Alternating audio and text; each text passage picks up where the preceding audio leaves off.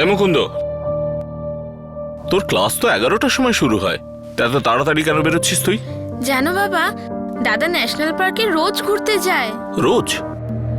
তাই ভাবি, কেন তুই সকাল সকাল প্রত্যেকদিন বেরোস? কিচ্ছু না বাবা, আমার ওখানে কিছুক্ষণ বসতে ভালো লাগে। তুই একাই ওখানে বসিস না কোনো মেয়ের ব্যাপার আছে? আরে তুমিও না মা, এই বর্ষা আজে বাজে কথা বলে আর তোমরা এমনি এমনি টেনশন করো। আমার ক্লাসে যাওয়ার আগে একটু হাঁটাচলা করতে ভালো লাগে। প্রথমে বললে বসতে ভালো লাগে, আর এখন বলছো ওয়াকিং। দাদা আমায় বলো, তোমার ক্লাস তো ওই দিকে না, স্টেশনের কাছে, তাহলে তুমি এত দূরে ন্যাশনাল পার্কে কেন যাও? হ্যাঁ মা, এই ঠাকুমাকে বলো একটু পড়াশোনা করতে, আর না হলে বাড়ির কাজে একটু হাত লাগাতে। হাট।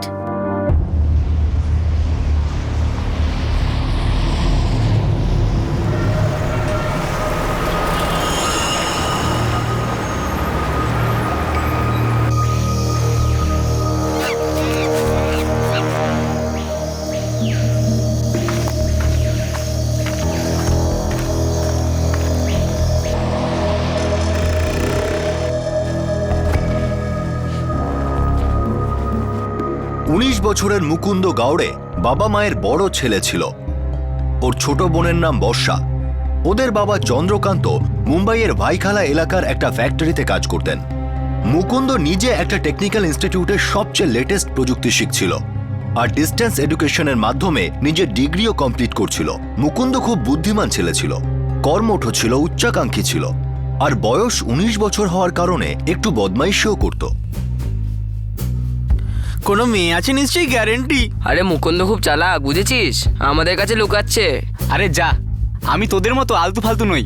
গার্লফ্রেন্ড থাকলে খোলাখুলি বলতাম। আচ্ছা, তাহলে তুই ক্লাসে আসবার আগে ন্যাশনাল পার্কে কেন যাস?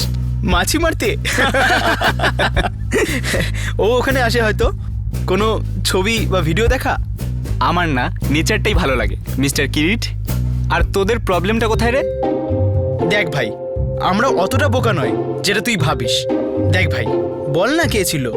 আমি না ওখানে মোবাইলে ফটো তুলতে যাই প্রকৃতির। প্রকৃতি। Nice name. হ্যাঁ, তোর নাম প্রকৃতি না?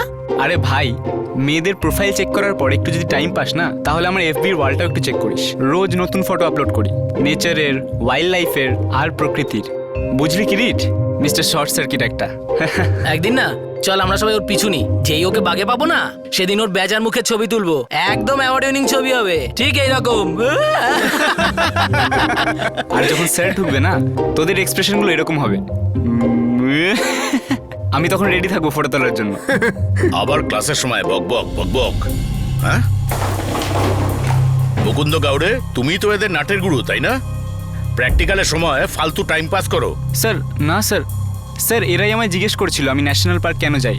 আচ্ছা, তাহলে তোমাদের সকলে এখন ন্যাশনাল পার্কে যাওয়ার ইচ্ছে হয়েছে, ক্লাসের নয়। এই দেখো, এটা কি কিরিট? এই মডিউলের 4টে সেশন কমপ্লিট হয়ে গেল, আর তুমি এখনো বেসিক সার্কিট শিখে উঠতে পারলে না। এরকম চলতে থাকলে তো কেঁদে কুল পাবে না। Sorry sir. সরি না, চলো আমাকে এক্ষুনি ওয়াই সার্কিট ড্র করে দেখাও।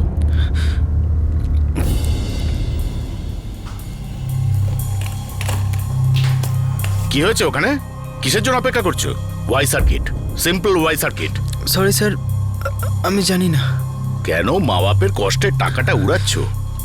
ডিপ্লোমা তো তুমি পাবেই না, আর যদি কোনো মতে পেয়েও যাও তাহলে তুমি একটা জিরো, বিগ জিরো।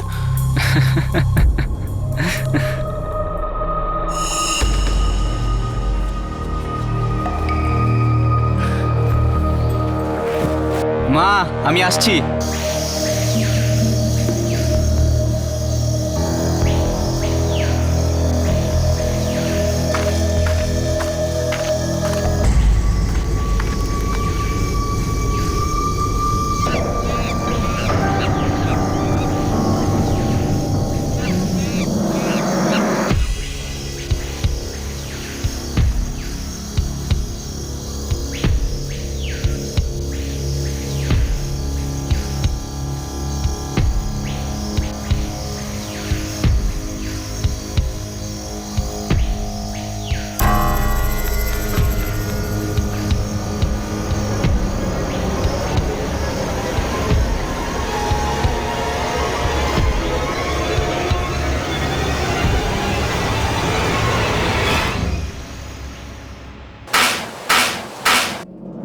হ্যালো বাবা, অনেকক্ষণ ধরে দাদার ফোন বন্ধ বলছে। আমি বিকেল 4টে থেকে ট্রাই করছি। ওর বন্ধুদের সাথে কথা বলেছিস? হ্যাঁ, ওই দেবেশ আর কিশোরের সাথে কথা বলেছি। ওরা বলল দাদা আজকে ক্লাসে যায়নি। ঠিক আছে ঠিক আছে, আমি বাড়ি আসছি, দেখছি কি হয়েছে।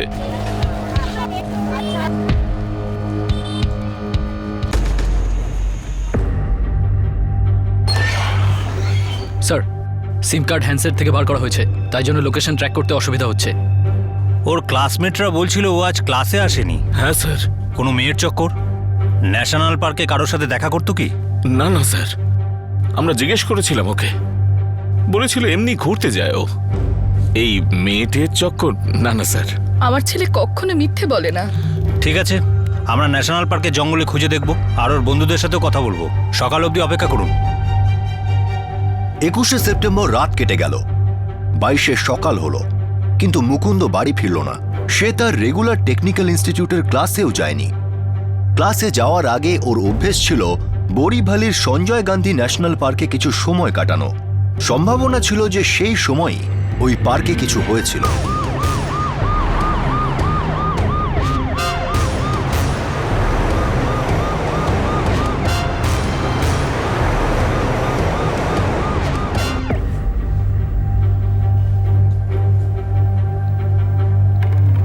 স্যার, যতদূর আমার মনে পড়ে মুকুন্দ কোনোদিনও একটা ক্লাসও ফাঁকি দেয়নি। আমারও সেরকম কিছু মনে পড়ছে না স্যার। আমাদের কোর্স তো মাত্র 1 বছরের, তাই আমরা সবকটা ক্লাস অ্যাটেন্ড করার পুরো চেষ্টা করি স্যার। ন্যাশনাল পার্কে রোজ যেত কেন? জানি না স্যার, কখনো ঠিক করে বলতেও না আমাদের। কখনো বলতো ঘুরতে, আবার কখনো ছবি তুলতে। কখনো অন্য কাউকে কিছু বলেছে প্রাইভেটে? No sir. না স্যার। আগে হ্যাঁ, আমি ওদের টিচার, আর মোবাইল রিপেয়ারিং এর সবকটা মেইন লেকচার আমিই দিই। আচ্ছা, গত কয়েকদিনের মধ্যে আপনার কিছু অস্বাভাবিক মনে হয়েছিল মুকুন্দর ব্যাপারে বা অন্য স্টুডেন্টসদের ব্যাপারে? আসলে ওরা বাচ্চা তো একটু একটু দুষ্টুমি তো করবেই। হ্যাঁ, আর ওই মুকুন্দ একটু বেশি দুষ্টুমি করতো, কিন্তু পড়াশোনায় খুব ভালো ছিল। আচ্ছা, মুকুন্দর সাথে অন্য কোনো স্টুডেন্টের কি কোনো ঝামেলা হয়েছিল এই কয়েকদিনের মধ্যে? সেটা তো আমি জানি না, আর আমার তো মনে হয় না এরকম কিছু হয়েছে বলে। আরে স্যার, আমি কতবার বলেছি যে আমার ছেলে মুকুন্দর সঙ্গে কোনো মেয়ের চক্কর নেই। আমি রাগাতাম দাদাকে গার্লফ্রেন্ড নিয়ে। যদি থাকতো তাহলেও নিশ্চয়ই বলতো। দাদা খুব খোলা মনের ছিল স্যার। আমরা সব রকম চেষ্টা করছি, কিন্তু এখনো পর্যন্ত আমরা কোনো সূত্র পাইনি। যে মুহূর্তে আমরা কিছু জানতে পারবো আপনাদের সাথে কন্ট্যাক্ট করব। ততক্ষণ আপনারা একটু ধৈর্য ধরুন।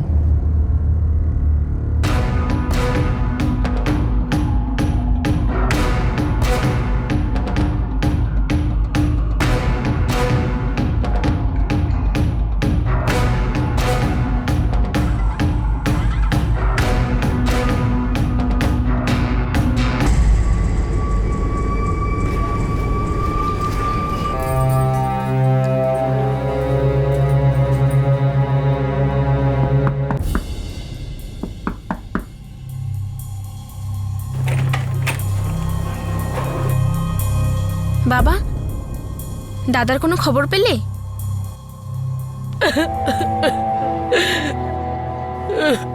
শোনো রাজলক্ষ্মী, সামলাও নিজেকে। এমন করে হঠাৎ আমার ছেলেটা হারিয়ে গেল, কোথায় যেতে পারে? পুলিশ কি বলছিল বলো না। কিছুই তো বলছে না, আর বলার মতো তো কিছু নেই ওদের কাছে। ভাই, আমাদের মুকুন্দর কি হয়েছে বলতো? জানি না ভাই গৌরব, আমার বারবার মনে হচ্ছে ন্যাশনাল পার্কে একটা কেলো হয়েছে। কেলো? সেটা আবার কি? লেপার্ড। কি? হ্যাঁ, লেপার্ড মানে চিতাবাঘ। হতে পারে চিতাবাঘ অ্যাটাক করেছিল, আমাদের মুকুন্দকে খেয়ে ফেলেছে। কি বলছিস কি? আরে তুই নিউজ দেখিস না নাকি? পেপারও পড়িস না? ওখানে এরকম হয়েই থাকে। কখনো কখনো চিতাবাঘ তো জঙ্গলের বাইরেও চলে আসে। স্যার, 31শে সেপ্টেম্বর মুকুন্দ নিখোঁজ হয়। তার 2-3 দিন আগে পর্যন্ত ন্যাশনাল পার্কে জন্তু জানোয়ারের কোনো সাইটিং হয়নি। আমি কি চিন্তা করছি তুমি জানো? ওর ওই সিম কার্ডটা, ওর সিম কার্ডটা কেন ট্র্যাক হচ্ছে না? কারণ ওর সিম কার্ডটা মোবাইল থেকে বার করা হয়েছে, বুঝলে? এই চিতা আর জঙ্গলি জানোয়ারের কথা বাদই দাও, আমার মনে হয় এটা কোনো মানুষেরই কাজ যে ওর সিম কার্ডটা বের করে নিয়েছে। স্যার, মুকুন্দর মোবাইল রেকর্ডগুলো তো চেক করেছি, এমন কিছু পাওয়া যাচ্ছে না যার উপর ডাউট করা যায়। বাড়ি থেকে পালানোর ছেলে না, কোনো মেয়ের চক্করও নেই, কোনো নেশাও নেই, ট্রেনিং ক্লাসেও সবকিছু ভালো, কারোর সাথে শত্রুতা নেই, কিচ্ছু নেই। তাহলে এই ছেলেটার সাথে কি হতে পারে বলতে পারো?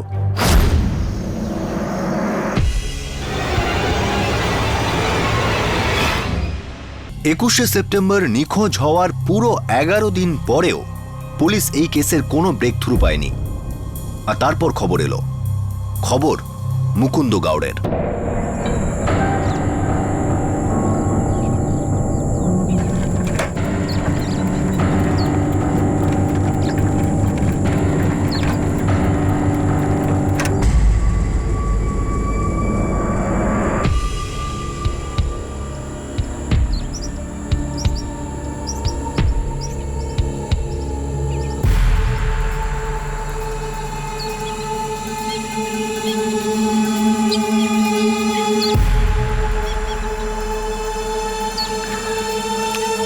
হ্যালো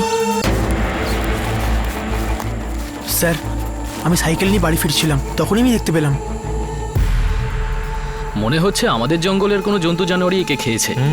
শরীরের ওপরে পুরো অংশটাই খেয়ে নিয়েছে। কদম, প্যান্টের পকেটটা দেখ।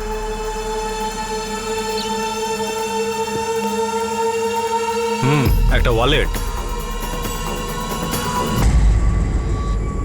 জুবিলি টেকনিক্যাল ইনস্টিটিউট, নাম মুকুন্দ। নমস্কার, ইন্সপেক্টর পোদ্দার বলছি। ইন্সপেক্টর, আমি জুবিলি টেকনিক্যাল ইনস্টিটিউট থেকে মাত্রাই বলছি। একটু আগে ন্যাশনাল পার্কের ফরেস্ট অফিসার আমাকে ফোন করেছিল। কি বলেছে? বলছে একটা বডি পাওয়া গেছে, তার পকেটে মুকুন্দর আইডি কার্ডটা রয়েছে, মানে আমাদের ইনস্টিটিউটের।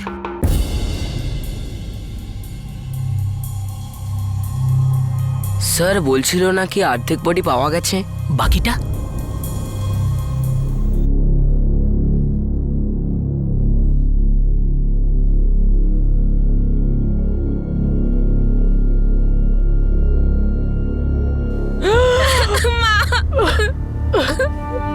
স্যার, আমি আমার ছেলের মুখটা দেখতে চাই। আপনি মুখটা দেখতে পাবেন না। কেন দেখতে পাবো না? কারণ মুখ বলে কিছু নেই। আমার কথা শুনুন।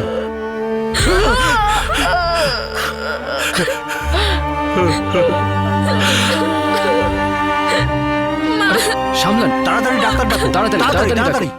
এটা অ্যানিম্যাল অ্যাটাক। কিন্তু ডাক্তারবাবু, যদি অ্যানিম্যাল অ্যাটাক হয় তো অ্যানিম্যাল সাইটিং কেন হয়নি? জঙ্গলের গার্ড, গ্রামবাসী এরা তো সবাই নজর রাখে। আর মুকুন্দ যখন নিখোঁজ হয় তখন কেউ কোনো রিপোর্ট করেনি যে কেউ কোনো জানোয়ারকে দেখেছে। হাত খাওয়া বডি মেন রোড থেকে একটু দূরে ঝোপে পাওয়া গেছে। আর ফরেস্ট অফিসাররা বলছে যদি কোনো জন্তু জানোয়ার হতো তাহলে অবশ্যই দেখা যেত। বডির যা কিছু অবশিষ্ট অংশ আছে সেটাকে ফরেনসিক টেস্টে পাঠিয়ে দেওয়া হোক, হয়তো আরো কিছু জানা যাবে। কিন্তু ডাক্তারবাবু, এই অবস্থায় ফরেনসিক, তাতে তো অনেক সময় লাগবে। কম করে 2 মাস, 3 মাসও লাগতে পারে। আচ্ছা, আপনার কি পুরো বডিটাই লাগবে? না না না, পুরো বডির প্রয়োজন নেই। বডির যে অবশিষ্ট অংশ আছে সেখান থেকে ভিসেরা স্যাম্পল নেওয়া হবে আর টেস্টিং এর জন্য পাঠানো হবে। বাকি বডি আপনি পরিবারকে দিয়ে দিতে পারেন। থ্যাংক ইউ ডাক্তারবাবু।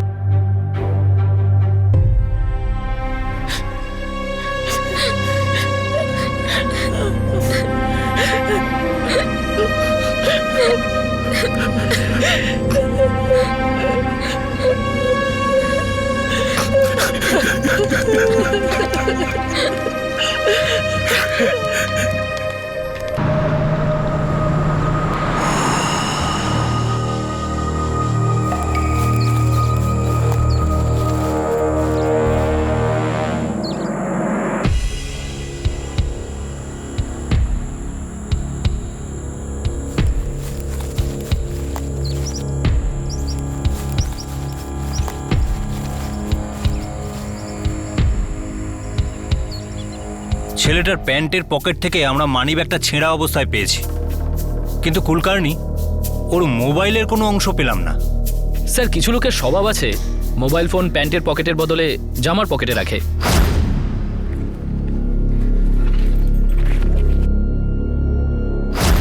হয়তো অ্যানিম্যাল অ্যাটাকটাই হয়েছে।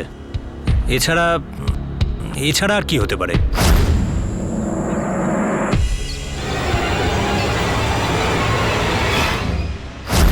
তবুও একটা ডাউট ক্লিয়ার হচ্ছে না। কি স্যার? আমরা অনেক দিন পর্যন্ত ছেলেটাকে খুঁজে পাইনি, তাই ওর বডিটাও পাইনি। আর লোকেশনটা এই জন্য পাইনি কারণ সিম কার্ডটা পাইনি। তাহলে কি সিম কার্ডটা এই জন্য বার করা হয়েছিল যাতে আমরা ওখানে পৌঁছতে না পারি জেনে শুনে? যদি জেনে শুনে করে থাকে তাহলে স্যার ফরেন্সিক রিপোর্টের জন্য অপেক্ষা করতে হবে। আর তাতে যদি অ্যানিমেল অ্যাটাক প্রমাণিত না হয়, তার মানে আমাদের কাছে কোনো জোরালো কেস আছে।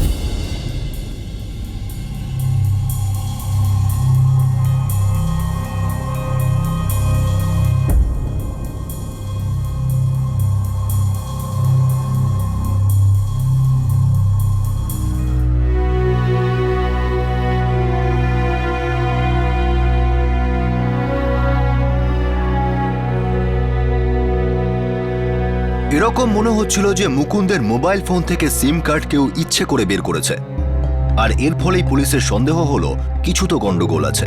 পুলিশ ভিসরা অ্যানালিসিস রিপোর্টের জন্য ভীষণভাবে ওয়েট করছিল, যা পুরো 3 মাস পর এলো।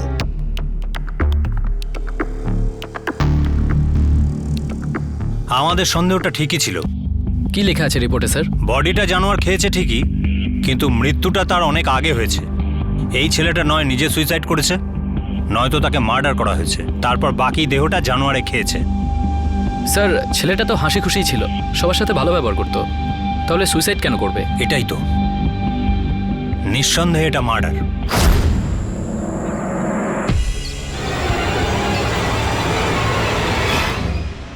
এই মার্ডারটা টাকার জন্য করা হয়নি, খুনির অন্য কোনো মতলব ছিল এটার পিছনে, বা অন্য কিছু। কোনো চান্সই নেই স্যার, আমাদের মধ্যে এরকম ঝগড়া টগড়া কোনোদিনই হয়নি। একটু আধটু পেছনে লাগা হতো এই আর কি। বেশিরভাগটা মুকুন্দই করতো, সবার পেছনে রাখতো, ভীষণ মজা করতো, কিন্তু সেটা লিমিটে। ওর কোনো গার্লফ্রেন্ড ছিল? না স্যার, ওর যদি কোনো গার্লফ্রেন্ড থাকতো তাহলে আমরা নিশ্চয়ই জানতাম। কেন স্যার? আমার ছেলেকে কেন কেউ মারতে চাইবে? দাদা কখনো কারোর ঝুট ঝামেলায় থাকতো না, ও তো ঝগড়া থামাতো আর লোককে হাসাতো। জোয়ান ছেলে হারিয়েছি আমি। পৃথিবীতে এর থেকে বড় দুঃখ আর কিছু হয় না। কে আছে এরকম খুনি মানুষ যে আমার ছেলেকে খুন করে ফেলল? আমি হাত জোর করছি স্যার, খুঁজুন তাকে, উচিত শিক্ষা পাওয়া দরকার, তার ফাঁসি হওয়া উচিত।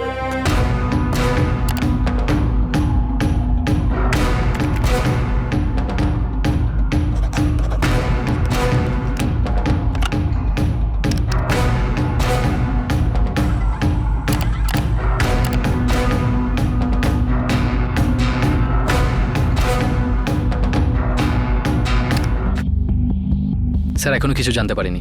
কুলকার্নি কিছু না কিছু তো থাকবেই। স্যার মুকুন্দর যে হ্যান্ডসেটটা ছিল তার ডিটেল আমি ওটা ওর বোন বর্ষার থেকে নিয়ে নিয়েছি, তার থেকে কিছু জানা যেতে পারে। হতে পারে খুনি নিজে ফোনটা ব্যবহার করছে, বেচে দিয়েছে, বা অন্য কেউ ব্যবহার করছে। এক্সেলেন্ট, একটা কাজ করো, এই হ্যান্ডসেটটাকে ট্র্যাকিংয়ে দিয়ে দাও। এই হ্যান্ডসেটের ডিটেল সব সার্ভিস প্রোভাইডারকে দিয়ে দাও। Okay sir. তাদের স্পেশালি রিকোয়েস্ট করো এটাকে ট্র্যাক করতে আমাদের সাহায্য করতে। যদি কেউ এই হ্যান্ডসেটে নতুন সিম কার্ড লাগিয়ে অ্যাক্টিভেট করতে চায় তো জানবে আমাদের কেসও সঙ্গে সঙ্গে অ্যাক্টিভেট হয়ে যাবে। আমার যে করেই হোক একটা ব্রেক থ্রু দরকার। খুন হয়েছিল মানে এর কোনো কারণও ছিল। কারো হয়তো মুকুন্দের খুনের ফলে লাভ হয়েছিল, অথবা সে শান্তি পেয়েছিল। পুলিশ ওর হ্যান্ডসেটটার উপর টপ প্রায়োরিটিতে নজরদারি চালাচ্ছিল। তাদের কাছে এটাই একটা চান্স। যদি ওই হ্যান্ডসেটটা অ্যাক্টিভেট হতো তাহলে এই কেসটা এগোতে পারত। দিনের পর দিন গেল, মাসের পর মাস, কিন্তু এই হ্যান্ডসেটটার কোনো খবর ছিল না। এমন মনে হচ্ছিল যেন অবশেষে এই কেসটার ফাইল সলভ না হয়েই বন্ধ হয়ে যাবে। কিন্তু 2012 মে মাসে মুকুন্দ খুন হওয়ার পুরো 8 মাস পর এই কেস একটা মেজর ব্রেক থ্রু পেল।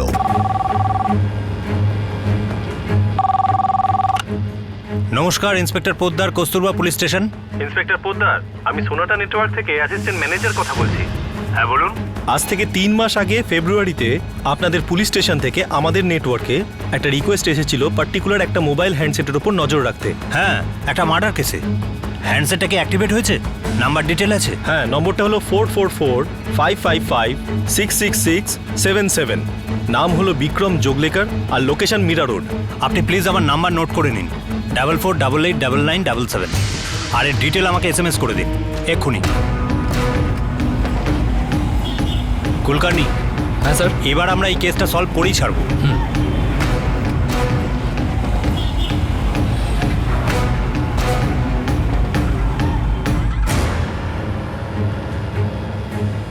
হ্যাঁ স্যার, এই অ্যাড্রেসটা আমারই, আর এই সিম কার্ডের নাম্বারটা যেটা হলো 44455667, এটা আমার দোকান থেকে ইস্যু হয়েছিল। কিন্তু স্যার আমি বিক্রম নই, আমার নাম সন্দীপ রানে। তাহলে এই বিক্রম যোগলেকার কে? স্যার ও আমার বন্ধু, ওর একটা সিম কার্ডের দরকার ছিল কিন্তু ওর অ্যাড্রেস প্রুফ ছিল না, আর সেই জন্যই আমার অ্যাড্রেসে আমি ওকে একটা সিম কার্ড দিয়েছিলাম। তোর এই বন্ধু বিক্রম যোগলেকার, এক্ষুনি ওকে ফোন করে এখানে আসতে বল, বল আর্জেন্ট আছে।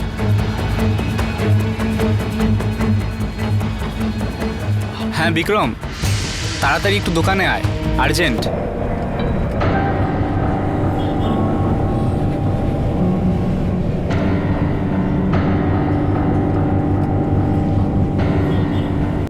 বিক্রম যোগলেকর? না না, এ নাম তো আগে কখনো শুনিনি। কি হয়েছে বাবা? পুলিশ বিক্রম নামে কারুর কথা বলছে যে আমাদের মুকুন্দর ফোন ব্যবহার করছে। কিন্তু দাদার মুখ থেকে এই নাম তো কখনো শুনিনি। স্যার এই বিক্রম। ফোনটা বার কর, তাড়াতাড়ি বার কর।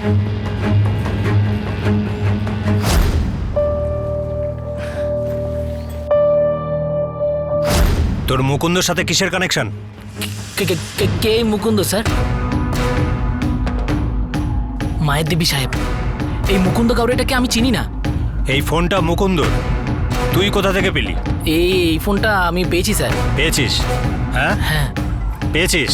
সত্যি বলছি সাহেব, ন্যাশনাল পার্কে পড়েছিল। ন্যাশনাল পার্ক তো অনেক বড়,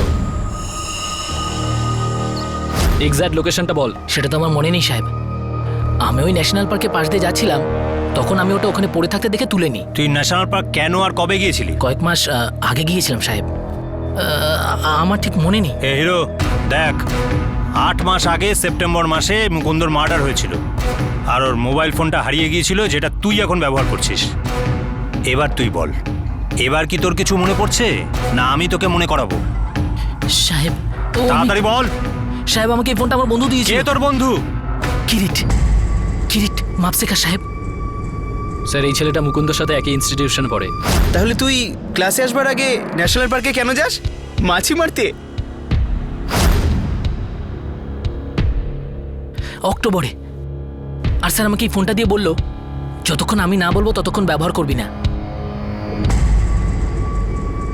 কিরিট মাপসেকার,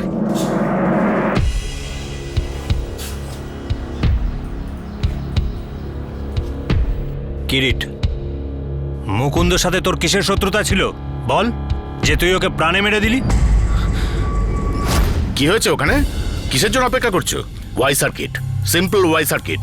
সরি স্যার, আমি জানি না। কেন মা বাপের কষ্টের টাকাটা উড়াচ্ছ? ডিপ্লোমা তো তুমি পাবেই না, আর যদি কোনো মতে পেয়েও যাও তাহলে তুমি একটা জিরো, বিগ জিরো। আমাদের বডিও একটা সার্কিট ডায়াগ্রাম, প্রতিটা অংশে রক্ত যাওয়া দরকার, বিশেষ করে এইখানে এইখানে। কান ধরো আর 20 বার ওট বস করো, দেখবে বুদ্ধি খুলে গেছে তোমার। Sorry sir. 20 বার ওট বস।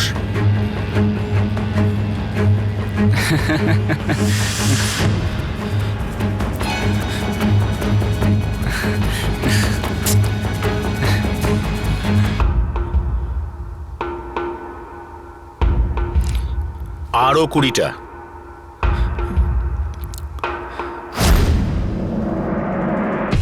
মুকুন্দর কারণে তো তুই শাস্তি পাসনি। না, ওর জন্য আমি শাস্তি পাইনি, কিন্তু ও ও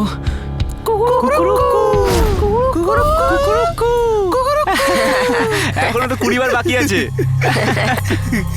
দেখ দেখ স্যারের মুখটা দেখ, দেখ দেখ দেখ দেখ। এ ভাই শোন না, প্লিজ ডিলিট করে দে না রে, অনেক হয়ে গেছে আর কি। আরে এটা নিয়ে এত ঘ্যান ঘ্যান কেন করছিস? শোন না ভাই, ভালোভাবে বলছি, ডিলিট করে দে না ভাই, আর কাউকে দেখাস না। করব না। কি করবি? আমি না এটাকে আমার FB ওয়ালে পোস্ট করব, আর টাইটেল হবে কুকুরুক্কু।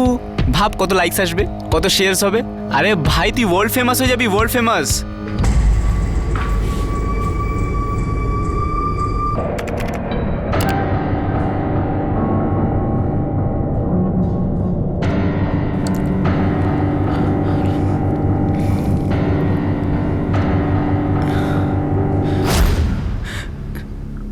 ও টর্চার করছিল স্যার।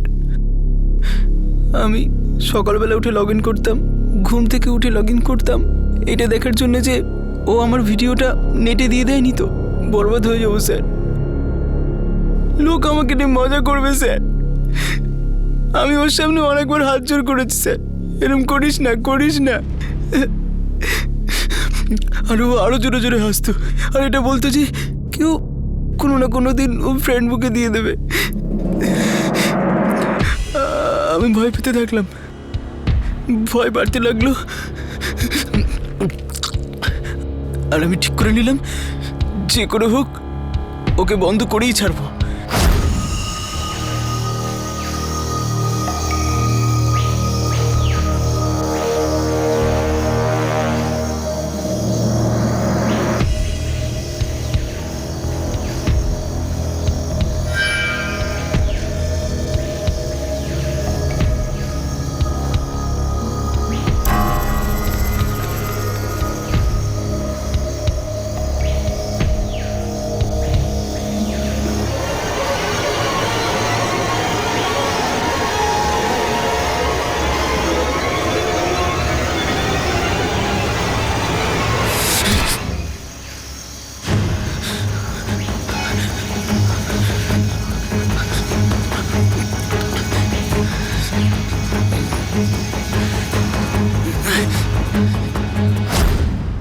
কিরিট, এই একটা ভিডিও ক্লিপের জন্য তুই ওর প্রাণটাই নিয়ে নিলি?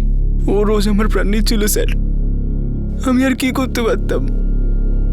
ব্ল্যাকমেল করছিল আমাকে, নরক বানিয়ে রেখে দিয়েছিল জীবনটাকে, সবসময় ভয় দেখাতো আমাকে। হ্যাঁ, আমি কিরিট মাপসেকারকে পানিশমেন্ট দিয়েছিলাম। পুরো ক্লাসের সামনে ওকে বকা, শাস্তি দেওয়া, এটা কি খুব দরকার ছিল মিস্টার মাত্রে? আমরাও এইভাবেই শিখেছি আর এটাই আমরা জানতাম। আজকালকার বাচ্চারা এত সেন্সিটিভ, তারা ঠিক কত দূর অবধি যেতে পারে এসব হয়তো আমি জানি না। আর যদি জানতাম তাহলে হয়তো এটা করতাম না ইন্সপেক্টর। না স্যার, আমরা তো এটা প্রথমবার শুনছি। আমরা তো জানতাম না যে মুকুন্দ কিরিটকে এভাবে বিরক্ত করছিল। স্যার, মুকুন্দই সবার পিছনে একটু লাগতো, মনে হয় না ও এরকমই আর কি মারতে পারে।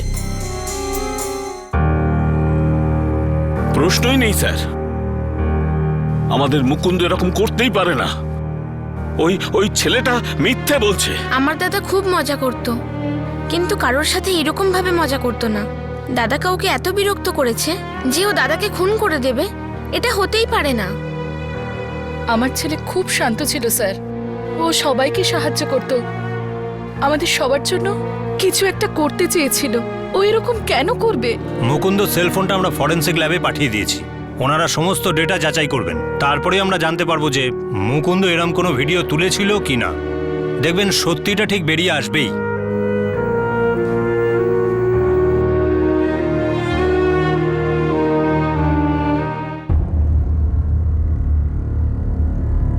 কিরিট মাপশেখারের কোনো পাস্ট ক্রিমিনাল রেকর্ড ছিল না। পুলিশ ওর স্টেটমেন্ট আর ওর স্বীকারোক্তি নোট করলো আর ওকে হেফাজতে নিল। ওর উপর চার্জ তো ফাইল হলো, কিন্তু কিরিট এখন বেল নিয়ে বাইরে আছে আর পুলিশ অপেক্ষায় রয়েছে মুকুন্দের সেলফোনের ফরেনসিক রিপোর্টের। আইন নিজের সময় নেবে, আদালতে যা প্রমাণ হবে সেটাও সত্যি হবে, কিন্তু একটা সত্যি কখনো বদলাবে না, যে মুকুন্দ গাওড়ে বয়স 19 বছর এখন আর এই পৃথিবীতে নেই। কিরিটের সঙ্গে সঙ্গে এই কেসে আর কাকে দোষী বলা যেতে পারে? মোবাইল ফোনে ভিডিও তোলার সুবিধাকে, না এই সোশ্যাল নেটওয়ার্কিং সাইটগুলোকে? ইংরেজিতে একটা কথা আছে, ডোন্ট শুট দ্য মেসেঞ্জার, যার অর্থ হলো যে সত্যিটা যে সবার সামনে আনে তাকে মেরে কোনো লাভ নেই। কোনো সোশ্যাল নেটওয়ার্কিং সাইট, কোনো সফিস্টিকেটেড সেলফোন, সেগুলো কোনো উপভোক্তারই মন বুঝতে পারে না, তার মনের মধ্যে চলতে থাকা কুবুদ্ধি বুঝতে পারে না। এই জন্যই খুব জরুরি হয়ে উঠেছে যে ইন্টারনেটকে খুব সাবধানে আর খুব বুদ্ধিমত্তার সঙ্গে ব্যবহার করা উচিত। আমরা যখনই কোনো নতুন টিভি, ফ্রিজ, ওয়াশিং মেশিন বা এসি বাড়িতে নিয়ে আসি, তখন তার সাথে একটা ইউজার ম্যানুয়াল আসে। প্রায়শই একজন টেকনিশিয়ান ডেমনস্ট্রেশন দিয়ে ওই প্রোডাক্টটি সম্পর্কে আপনাকে খুব সরলভাবে বোঝায় আর ওটাকে ব্যবহার করার পদ্ধতি শেখায়। সোশ্যাল নেটওয়ার্কিং সাইটগুলোতেও একটা অনলাইন ম্যানুয়াল হয়, ডিসক্লেমার হয়, এগ্রিমেন্টস হয়, প্রত্যেকটা দায়িত্ব এবং প্রত্যেকটা ঝুঁকি সম্পর্কে ডিটেল থাকে। বেশিরভাগ সাইটের ক্ষেত্রে খুব ভালো সিকিউরিটি সিস্টেম থাকে, যার ফলে অপব্যবহার বন্ধ করা যায়। আর যদি হয় তাহলে কঠিন পদক্ষেপও নেওয়া যায়। প্রয়োজন হলো যে সন্তান, বাবা মা, গুরুজন সবার জন্যই ডেমনস্ট্রেশন ওয়ার্কশপ কন্ডাক্ট করা।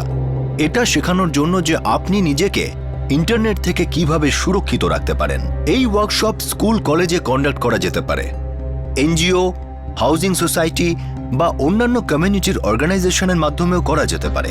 ইন্টারনেটের চাকা উল্টো ঘোরানো সম্ভব নয়, কিন্তু এটাও একদম জরুরি নয় যে এই চাকা কোনো মানুষকে পিষে দিয়ে চলে যাবে। আপনাদের সাথে আবার দেখা হবে ক্রাইম পেট্রোল দস্তকের আরও একটা নতুন এপিসোডে।